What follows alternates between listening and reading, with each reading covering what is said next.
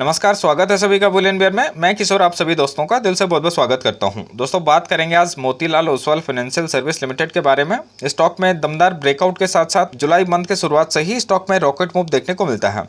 तो दोस्तों, इस वीडियो में कंपनी के बारे में डिटेल में डिस्कशन करेंगे। जिस तरीके से स्टॉक में तेजी देखने को मिल रही है, अगर यूं ही तेजी बनी रहती है तो कहां तक स्टॉक में तेजी देखी जा सकती है, कौन से स्टॉक के नेक्स्ट टारगेट होंगे या फिर किन स्तरों पे स्टॉक आपको रेजिस्टेंस फेस करता हुआ नजर आ सकता है। प्राइस एक्शन के जरिए इसके रेजिस्टेंस और सपोर्ट टेबल डिस्कस करेंगे। और अगर आप मोतीलाल ओसवाल फाइनेंशियल सर्विस में एंट्री करना चाहते हैं तो कौन से इसके सही एंट्री लेवल होंगे, इसके सही एंट्री लेवल फाइंड आउट करेंगे। साथ ही इस बारे में एनालिस्ट क्या कहते हैं, एनालिस्ट की राय को भी जानेंगे। इसके अलावा और भी ढेर सारी कंपनी इंफॉर्मेशन कम से कम समय में आप तक पहुंचेगी। तो वीडियो में आप आखिर तक बने रहें और फर्स्ट टाइम आपने चैनल को विजिट किया है तो प्लीज सब्सक्राइब करके बेल आइकन को भी प्रेस कीजिए ताकि नोटिफिकेशन आपको टाइमली मिल सके। वीडियो पसंद आई तो लाइक करके इनकरेज जरूर कीजिए। और अगर आप free demat trading account open करना चाहते हैं तो लिंक डिस्क्रिप्शन में है, लिंक से अकाउंट ओपन करके आप हमारे सपोर्ट ग्रुप को ज्वाइन कर सकते हैं। तो दोस्तों, वापस आ जाते हैं आज के डिस्कशन पे और सबसे पहले मंथली चार्ट पे कंपनी के प्राइस एक्शन को देखते हैं। मंथली चार्ट यानी कि एक कैंडल यहाँ पे एक मंथ को रिप्रेजेंट करती है। तो सितंबर 2007 स्टॉक यहाँ पे एक्सचेंज में लिस्ट हुआ है, लगभग 182 रुपए के प्राइस के आसपास में यहाँ पे लिस्ट हुआ है।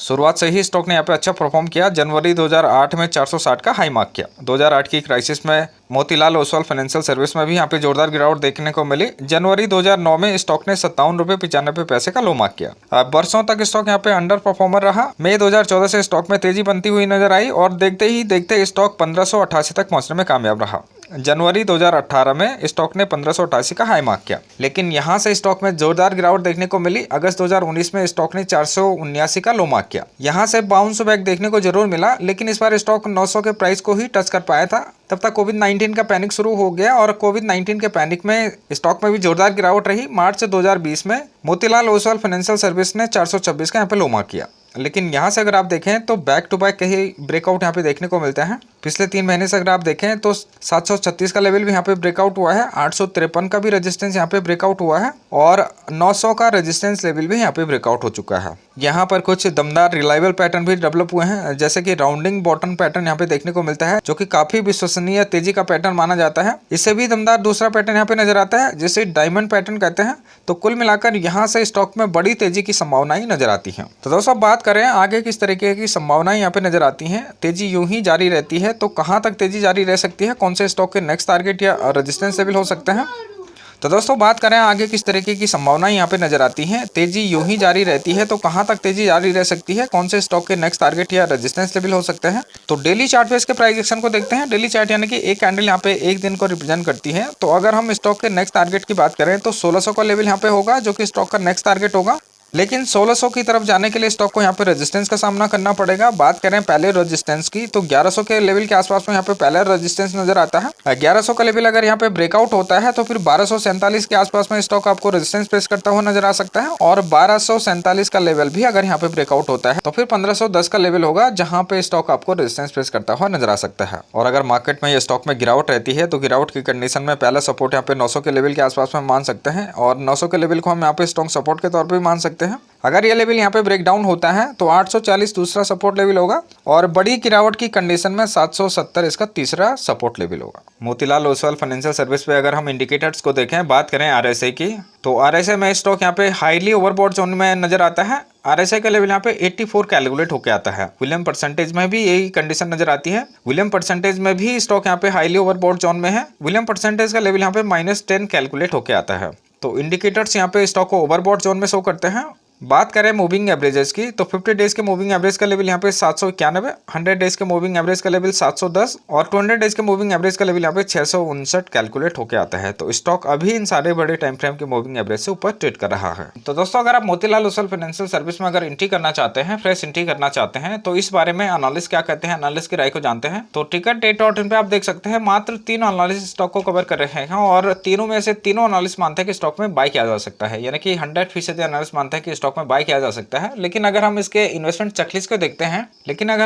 चेकलिस्ट को देखते हैं तो यहाँ पे 5 में से 2 पैरामीटर ग्रीन सिग्नल देते हैं और 3 पैरामीटर यहाँ पे रेड सिग्नल देते हैं। बात करें इंटेंसिक वैल्यू की तो जो भी प्राइस चल रहा है वो इंटेंसिक वैल्यू से ज्यादा है, तो स्टॉक एफडी से ज्यादा रिटर्न जनरेट करने में सक्षम है। डिविडेंड रिटर्न का सिग्नल यहाँ पे रेड है क्योंकि डिविडेंड अच्छा ऑफर नहीं करती है कंपनी। एंट्री पॉइंट का सिग्नल भी यहाँ पे रेड है क्योंकि स्टॉक अभी यहाँ पे ओवरबॉट जोन में नजर आता है और नो रेड फ्लैग का सिग्नल यहाँ पे ग्रीन है। तो ओवरऑल अगर आप इन्वेस्टमेंट चेकलिस्ट की माने तो स्टॉक यहाँ पे एंट्री करने के लिए बिल्कुल भी अच्छा नहीं है, क्योंकि कंपनी की जो इंट्रिंसिक वैल्यू है उसे अभी प्राइस ज्यादा पे ट्रेड कर रहा है। एंट्री पॉइंट भी यहाँ पे रेड सिग्नल है, क्योंकि अभी स्टॉक यहाँ पे ओवरबॉट हो चुका है। ओवरऑल अगर हम यहाँ पे देखें तो वेट एंड वॉच हमें यहाँ पे करना पड़ सकता है। बात करें कंपनी के रिटर्न हिस्ट्री की और मैक्सिमम टाइम में देखें, यानी कि सितंबर 2007 से देखें तो स्टॉक यहाँ पे 419.89% के रिटर्न देने में कामयाब रहा है। अगर हम पिछले 5 सालों की बात करें तो यहाँ पे भी 167.36% के पॉजिटिव रिटर्न है। पिछले अगर हम साल की बात करते हैं, पिछले एक साल में देखें तो यहाँ पे 51.69% के पॉजिटिव रिटर्न है। पिछले एक महीने की अगर हम बात करें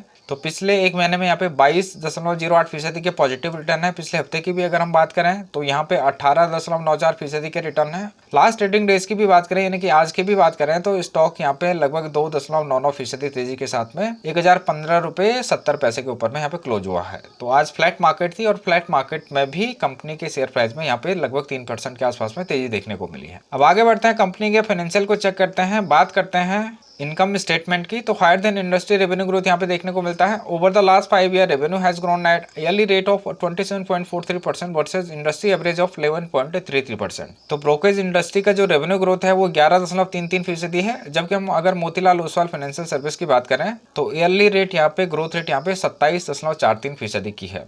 इंक्रीज मार्केट शेयर भी यहाँ पे देखने को मिलता है। Over the last 5 year market share increase from 1.87% to 3.63%। तो पिछले 5 सालों में कंपनी का मार्केट शेयर भी बढ़ा है, 1.87% से बढ़ के 3.63% हुआ है। आगे बढ़ते हैं और कंपनी के रेवेन्यू और नेट प्रॉफिट की बात करते हैं। बात करें रेवेन्यू की, 2017 में कंपनी ने 1840 करोड़ का रेवेन्यू जनरेट किया। 2018 की बात करें तो रेवेन्यू में यहाँ पे उछाल देखने को मिला है, 2750 करोड़ का यहाँ पे रेवेन्यू जनरेट किया। 2019 की बात करें तो रेवेन्यू यहाँ पे कम हुआ है, 2462 करोड़ का यहाँ पे रेवेन्यू जनरेट किया गया। 2020 में रेवेन्यू यहाँ पे और भी कम हुआ है, 2357 करोड़ का रह गया है रेवेन्यू यहाँ पे। लेकिन 2021 की बात करें तो रेवेन्यू यहाँ पे बढ़ के 3625 करोड़ का हो गया है। तो रेवेन्यू में 2021 में यहाँ पे भारी उछाल देखने को मिला है। बात करें नेट प्रॉफिट की, तो नेट प्रॉफिट का ग्राफ भी इसी क्रम में नजर आता है। 2017 में नेट प्रॉफिट यहाँ पे 364 करोड़ का था। 2018 में नेट प्रॉफिट में यहाँ पे दुगनी बढ़ोतरी हुई है, 623 करोड़ के आसपास में यहाँ पे नेट प्रॉफिट हुआ है। 2019 में नेट प्रॉफिट यहाँ पे घटा है, 290 करोड़ का ही केवल नेट प्रॉफिट रहा है। 2020 की बात करें तो नेट प्रॉफिट में और भी गिरावट यहाँ पे देखने को मिली है, 215 करोड़ के यहाँ पे नेट प्रॉफिट रहा है।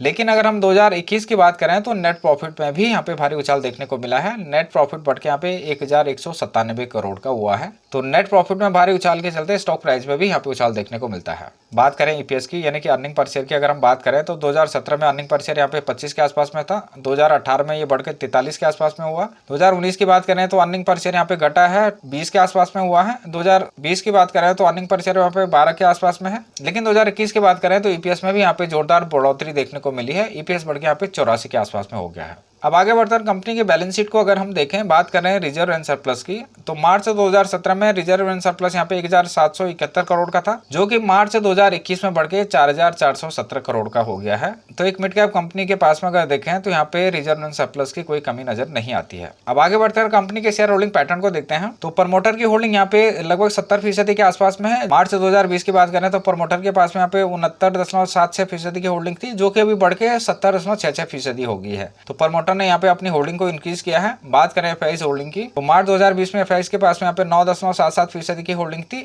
जो कि अभी 9.44% हो गई है, यानी कि एफआईआई ने यहाँ पे होल्डिंग को डिक्रीज किया है। डीआईएस की होल्डिंग की बात करें तो मार्च 2020 में डीआईएस के पास में यहाँ पे 4.56% की होल्डिंग थी, जो कि मार्च 2021 में 4.51 हो गई है। तो यहाँ पे डीआईएस ने भी अपनी होल्डिंग को कम किया है। बात करें पब्लिक होल्डिंग की, तो पब्लिक होल्डिंग में भी अगर हम देखें तो मार्च 2020 में पब्लिक के पास में यहाँ पे 15.91% की होल्डिंग थी, जो कि अभी थोड़ा घट के 15.39% की हो गई है। तो ओवरऑल अगर आप देखें तो मैच्योरिटी शेयर यहाँ पे प्रमोटर के पास में है, प्रमोटर के पास में लगभग यहाँ पे 70% के आसपास में होल्डिंग है। मोतीलाल ओसवाल के अगर हम कंपटीटर की बात करें तो Bajaj finance, Muthoot finance, Bajaj holding, Shriram transport company के कंपटीटर हैं। बात करें मार्केट कैप की, तो मोतीलाल ओसवाल का मार्केट कैप 14,900 करोड़ के आसपास में है। बजाज फाइनेंस का मार्केट कैप 3,71,000 करोड़ के आसपास में है। मुथूट फाइनेंस का मार्केट कैप 62,000 करोड़ के आसपास में है। बजाज होल्डिंग का मार्केट कैप 42,629 करोड़ के आसपास में है और श्रीराम ट्रांसपोर्ट का मार्केट कैप 39,000 करोड़ के आसपास में है। तो अगर मार्केट कैप के हिसाब से देखें तो मोतीलाल ओसवाल यहाँ पे लास्ट नंबर पे आती है। लास्ट ट्रेडिंग डेज में कंपनी में हुए कारोबार की कंडीशन को देखें, यानी कि बीएसई में जिस तरीके से यहाँ पे ट्रेडिंग हुई है,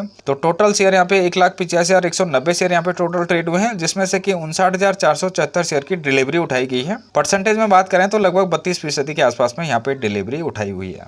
तो दोस्तों ये थी कुछ detail Motilal Oswal financial service limited के बारे में। उम्मीद करता हूँ डेटा आपको पसंद आया होगा, तो प्लीज़ लाइक सब्सक्राइब करके इनकरेज जरूर कीजिए। और अगर आप free demat trading account open करना चाहते हैं तो लिंक डिस्क्रिप्शन में है, लिंक से अकाउंट ओपन करके आप हमारे सपोर्ट ग्रुप को फ्री ऑफ कॉस्ट ज्वाइन कर सकते हैं। तो दोस्तों इस वीडियो में इतना ही, फिर मिलता हूँ, तब तक के लिए नमस्कार, जय हिंद।